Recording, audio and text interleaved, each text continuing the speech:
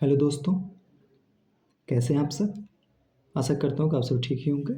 और चलते हैं आज अपने अगले अध्याय पर, जिसमें देखेंगे कि भारत का नाम कैसे पड़ा और इसके कितने नाम भी थे। ठीक है, तो चलते हैं, शुरू करते हैं। पहले लिखा है भारत अर्थात इंडिया। मतलब ये अंग्रेजी में नाम है और ये हिंदी का नाम है। ये एक राजनीतिक नाम है, हम इसे पॉलिटी में समझेंगे। राजनीतिक नाम है। और ये क्या है? सांस्कृतिक नाम है। सांस्कृतिक नाम दिया। ठीक है, समझेंगे आगे चलकर। ठीक है, देखते हैं। भारत में प्रारंभिक काल से ही आध्यात्मिक और सांस्कृतिक एकता स्थापित हो गई थी, जो हिमालय और दो समुद्रों के बीच इस महान मानवता की जीवन धारा का अभिन्न अंग बन गई। श्री अरविंद जी से बोलते हैं कि भारत में प्रारंभिक काल से ही आध्यात्मिक और सांस्कृतिक एकता स्थापित हो गई थी। अर्थात हमने हमने क्या किया था कि हमारा जो धर्म है, अध्यात्म है और सांस्कृतिक है, कल्चर है, वो सारी चीज़ें हमने आपस में मतलब हमसे कुछ विदेशी लोगों ने लिया, कुछ उनसे अपने लोगों ने लिया। ठीक है, ये एकता स्थापित होने का एक कारण है। उस समय से ही भारत में वैश्वीकरण की प्रक्रिया स्टार्ट थी। और आज भी हम देखते हैं चीज़ें वैश्वीकरण के आधार पर होते होते ये एक वैश्विक मंच को आध्यात्मिक सांस्कृतिक एकता स्थापित होने पर ले आती है। ठीक है, और ये बोलते हैं कि ये जो आध्यात्मिक और सांस्कृतिक एकता स्थापित हुई थी, ये कहाँ थी? जो हिमालय और दो समुद्र के बीच ये पनपी। हिमालय अर्थात भारत के, ठीक है, अर्थात भारत के उत्तर में आपको हिमालय मिल जाएगा और दक्षिण में हम देखेंगे हिंद महासागर। ठीक है, यहाँ आपको देखने को मिलेगा हिमालय पर्वत है। ठीक है, इस सब हिमालय पर्वत मिलेगा। और यहाँ पर हम देखेंगे हिंद महासागर, मतलब ये दो तरफ से समुद्रों से घिरा हुआ है और एक तरफ से हिमालय पर्वत, अर्थात इसके बीच में जो स्पेस है ये भारत के नाम से जाना जाता है। ठीक है, श्री अरविंद जी ऐसा बोलते हैं, मतलब ऐसा बोलते हैं, ऐसा है भी। ठीक है, चलते हैं अगले अध्याय पर अपने, ओ सॉरी, अगले स्लाइड पर देखते हैं। ठीक है, तो इसमें हम पाते हैं कि जो सप्त सैंधव का क्षेत्र था, सप्त सैंधव का क्षेत्र, जो हमें सप्त सैंधव ऋग्वेद में उल्लिखित मिलता है, ऋग्वेद में मिलता है। ठीक है, सप्त सैंधव में क्या था? पहली नदी क्या कौन सी थी? सिंधु। दूसरी झेलम। तीसरी चेनाब। चौथी रावी। पांचवी व्यास। छठवीं सतलुज। और सातवीं क्या थी? सरस्वती नदी थी। ठीक है, तो ये सप्त सैंधव के क्षेत्र के नाम से जाना गया। सप्त सैंधव का क्षेत्र अर्थात जो सिंधु नदी की जितनी भी सहायक नदियां थी, उनका जो क्षेत्र था वो सप्त सैंधव क्षेत्र के नाम से जाना गया। ठीक है, और ये सप्त सैंधव का उल्लेख आपको ऋग्वैदिक में मिल जाएगा, ऋग्वेद में उल्लिखित होता है। ठीक है, ओके, देखिए यहाँ है ना, कि अरब सागर है, फिर बंगाल की खाड़ी है दो तरफ से, और इधर से हिमालय से घिरा हुआ है। चलिए, आज का भारत एक आधुनिक राष्ट्र है जिसकी परिभाषित सीमाएं राज्य और ज्ञात जनसंख्या है। ठीक है, हालांकि यह 500, 2000 या 5000 वर्ष पहले मतलब बहुत अलग थे। और भारत को हम प्रायः उपमहाद्वीप कहते हैं। उपमहाद्वीप का मतलब है, उपमहाद्वीप का मतलब क्या है? उपमहाद्वीप किसे बोलते हैं? एक एक होता है महाद्वीप और एक बोलते हैं उपमहाद्वीप। उपमहाद्वीप का मतलब है महाद्वीप की एक देश में एक उपमहाद्वीप की सारी संस्कृतियाँ, कल्चर, रहन-सहन, खान-पान उस सब में समाहित हो जाए। जैसे हम इसमें देखते हैं कि विविधता में एकता हमें दिखाई देती है। विविधता में एकता, ठीक है? विविधता में एकता हमें दिखाई देती है, अर्थात इसमें अलग-अलग खान-पान, रहन-सहन और उसके बाद हम क्या देखते हैं, उनके उनके पहनावे पहनावे और कोई तो पहाड़ों पर मतलब उनके कल्चर, उनके वैवाहिक संबंध ईटीसी। तो ये हमें एक देश में रहते हुए भी हमें एक महाद्वीप की याद दिलाती है। अर्थात ये आपका शायद 2022 या 21 में क्वेश्चन भी आया है मेंस में कि भारत को एक उपमहाद्वीप के रूप में क्यों देखा जाता है? क्योंकि ये सारी चीज़ें मतलब एक महाद्वीप में होती हैं। वो सारी चीज़ें भारत देश में ही उपलब्ध हैं। अर्थात इस सब का मिश्रण ही ये हमें एक देश होते हुए भी हमें एक उपमहाद्वीप के रूप में प्रेजेंट करता है। ठीक है? चलिए चलते हैं आगे। देखिए क्या लिखा है, इतिहास के इस क्रम में भारत को उसके निवासियों और विदेशों से आए आगंतुकों के द्वारा कई नामों से बुलाया जाता रहा है। ये प्राचीन नाम पुस्तकों, यात्री और तीर्थ यात्रियों के वृत्तांतों और शिलालेखों में मिलते हैं। ठीक है, हो गया। वो चलते हैं आगे। भारतीयों ने भारत नाम कैसे दिया? भारतीयों ने भारत नाम कैसे दिए? देखते हैं कि भारत नाम कहाँ उल्लिखित है। देखिए, ऋग्वेद के हमारा जो ऋग्वेद है वहाँ पर उल्लिखित है भारत, अर्थात मतलब भारत वहाँ पर उल्लिखित नहीं, वहाँ पर भरत है। भारत एक कबीले का नाम था। इसके आधार पर हम भारत नाम आज को देखते हैं। ठीक है, देखिए क्या लिखा है, ऋग्वेद भारत का सबसे प्राचीन ग्रंथ है। कि यह हजारों वर्ष पुराना। इस ग्रंथ में उपमहाद्वीप के उत्तर पश्चिमी क्षेत्र का नाम सप्त सैंधव अर्थात 7 नदियों की भूमि है। सैंधव शब्द सिंधु से आया है, जिसका आशय सिंधु नदी या सामान्यतः एक नदी से। देखिए, हमने भी आगे बताया कि ये ऋग्वेद में उल्लिखित चीजें हैं। ठीक है, चलते हैं आगे।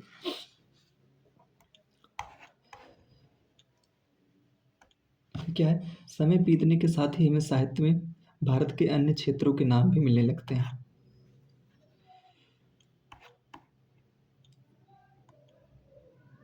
ठीक है,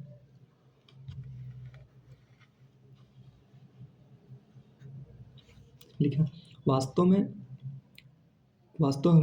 कब समूचे भारतीय उपमहाद्वीप के लिए एक नाम मिला, चूंकि प्राचीन भारतीय ग्रंथों में तिथि निर्धारित करना कठिन है, अतः इस प्रश्न का उत्तर देना आसान नहीं। महाभारत में भारतवर्ष तथा जम्बूद्वीप शब्द का प्रयोग किया गया। जम्बूद्वीप का मतलब है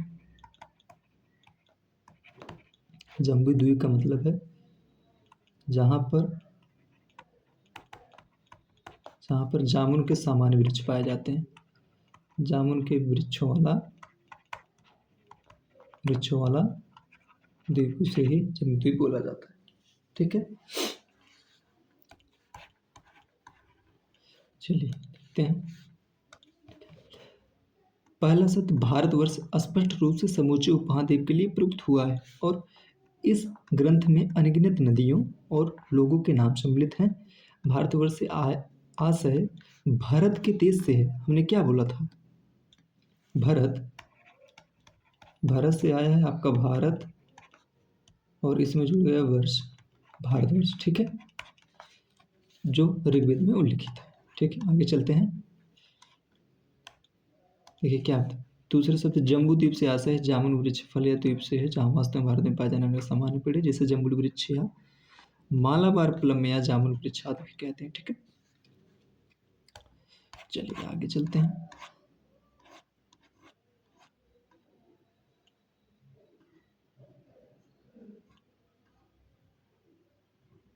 हाँ, ये क्या कह रहा है कि उदाहरण के लिए 2000 वर्ष पूर्व प्राचीन तमिल साहित्य की एक कविता में एक ऐसे राजा की प्रशंसा की गई है जिसका नाम दक्षिण में केप कुमारी से उत्तर में महान पर्वत तक, पूर्व के महासागर से पश्चिम के महासागर तक जाना जाता है। अर्थात केप कुमारी अर्थात साउथ का, ये क्या है, क्या हुआ, कन्याकुमारी, और नॉर्थ का क्या हुआ, नॉर्थ का क्या हुआ, कश्मीर से लेकर कन्याकुमारी तक। ठीक है, जिस राजा का वर्चस्व था वो साउथ के केप कुमारी से उत्तर के मतलब कश्मीर तक उसका एक शासन चलता था। ठीक है,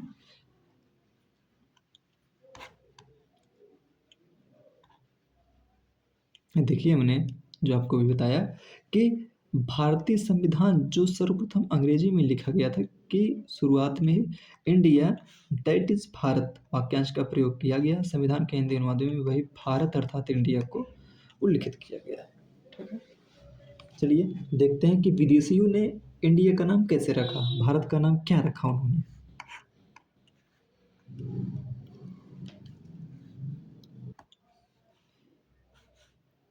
विदेशियों में सर्वप्रथम प्राचीन ईरान अर्थात जो फारस के निवासी थे, भारत का उल्लेख किया है। ईरान वाले अर्थात फारस वाले कहते हैं कि इसको भारत उल्लेख किया है, भारत नाम इन्होंने दिया। ठीक है, एक फारसी सम्राट ने सैन्य अभियान आरंभ किया और सिंधु नदी के क्षेत्र जिसे सिंधु कहा जाता था पर नियंत्रण किया। अतः यह कोई आश्चर्य नहीं है कि अपने प्रारंभिक लेखों और शिलालेखों में फारसियों ने भारत को हिंद, हिदू या हिंदू से निर्दिष्ट किया था, जो उनकी भाषा में सिंधु का रूपांतरण था। ठीक है, इन्होंने सिंधु का रूपांतरण वो करके हिंदू ही नाम दिया। और यहाँ देखिए, ध्यान रखिए कि प्राचीन फारसी में हिंदू पूर्णतः एक भौगोलिक शब्द है, यहाँ इसे हिंदू धर्म से संदर्भित नहीं किया गया। ठीक है, कोई हिंदू धर्म में मतलब ये अर्थात वाली चीज़ें नहीं है। यहाँ हिंदू पूर्णतः एक भौगोलिक शब्द है, पूर्णतः भौगोलिक शब्द है, हिंदू शब्द से संदर्भित नहीं किया गया है। ठीक है, देखते हैं आगे।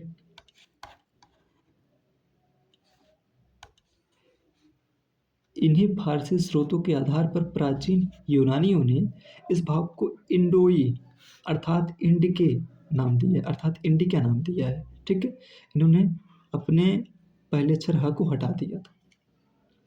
जैसे देखते हैं, सिंधु, सिंधु के बाद हिंदू कौन बोलता है, फारसी लोग।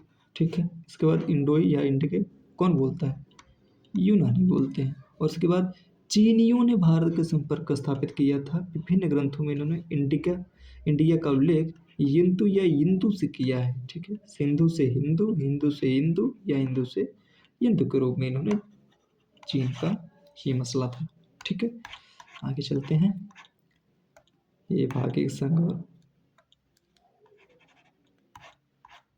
दिया है आपका। ठीक है, चलते हैं। ठीक है, चलते हैं आगे, देखते हैं। ठीक है, जुआनजैंग मतलब पूर्व में से ह्यूनसांग उच्चारित किया गया था। चीन से भारत की यात्रा की 7वीं शताब्दी में चीन से भारत की यात्रा की। उन्होंने भारत के कई भागों का भ्रमण किया, विद्वानों से मिले, बौद्ध ग्रंथों को एकत्रित किया और 17 वर्ष बाद चीन वापस लौट गए। वहाँ उन्होंने संस्कृत से चीनी भाषा में उन पांडुलिपियों का अनुवाद किया जो अपने साथ ले गए थे। आगे आने वाली शताब्दी में कई अन्य चीनी विद्वानों ने भारत का भ्रमण किया।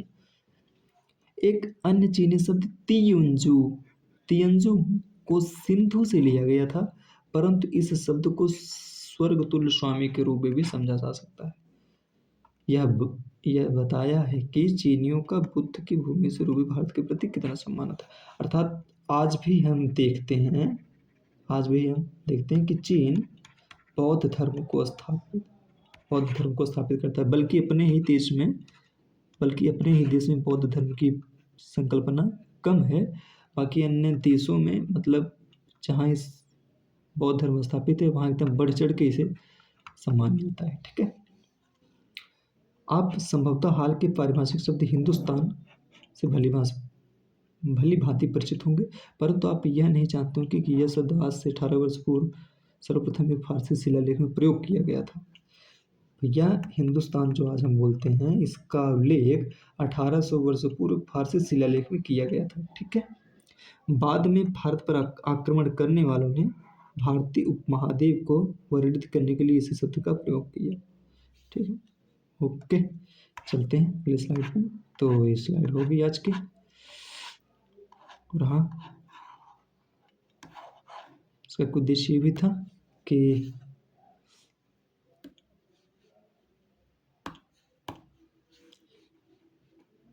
भारत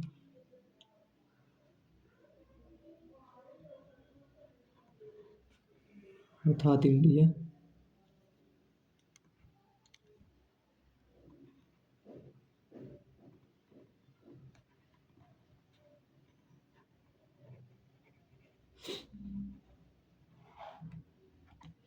ये तो साइड से समुद्र से घिरा हुआ है और एक साइड आपको हिमालय पर्वत से घिरा हुआ मिलता है, अर्थात इसी के बीच वाली चीज़ों को हम भारत के नाम से जानते हैं। और यहाँ शब्द संदर्भ के रूप में देखा जा सकता है। ठीक है, यहाँ सिंधु है, रावी है, चेनाब है, झेलम है, सतलज है, व्यास है, सरस्वती है। सरस्वती तो विलुप्त हो गई है, बाकी चीज़ें सही है। ठीक है, देखते हैं। Best of luck. कल आपको हम आर्य शर्मा की ओल्ड एनसीईआरटी वाली बुक को पढ़ाएंगे। अब उसमें और चीज़ें बहुत ही ब्रॉडकास्टिंग में होने वाली, मतलब चीज़ें बहुत अब लंबी होने वाली, और अच्छे से हम उसमें दिखाएंगे आपको आंसर वो कैसे लिखा जाता है, कैसे पीटी के क्वेश्चन वहाँ से बनते हैं। और उसमें से अब शुरू करेंगे पाषाण काल को, एकदम अच्छे से हम चलेंगे अब। या नहीं, अब या तो हम पहले ये क्लास 12th वाली एनसीईआरटी ख़त्म कर लें उसके बाद। ठीक है, ठीक है, कल से हम ये क्लास 12th की एनसीईआरटी शुरू करेंगे। ठीक है, best of luck, thank you.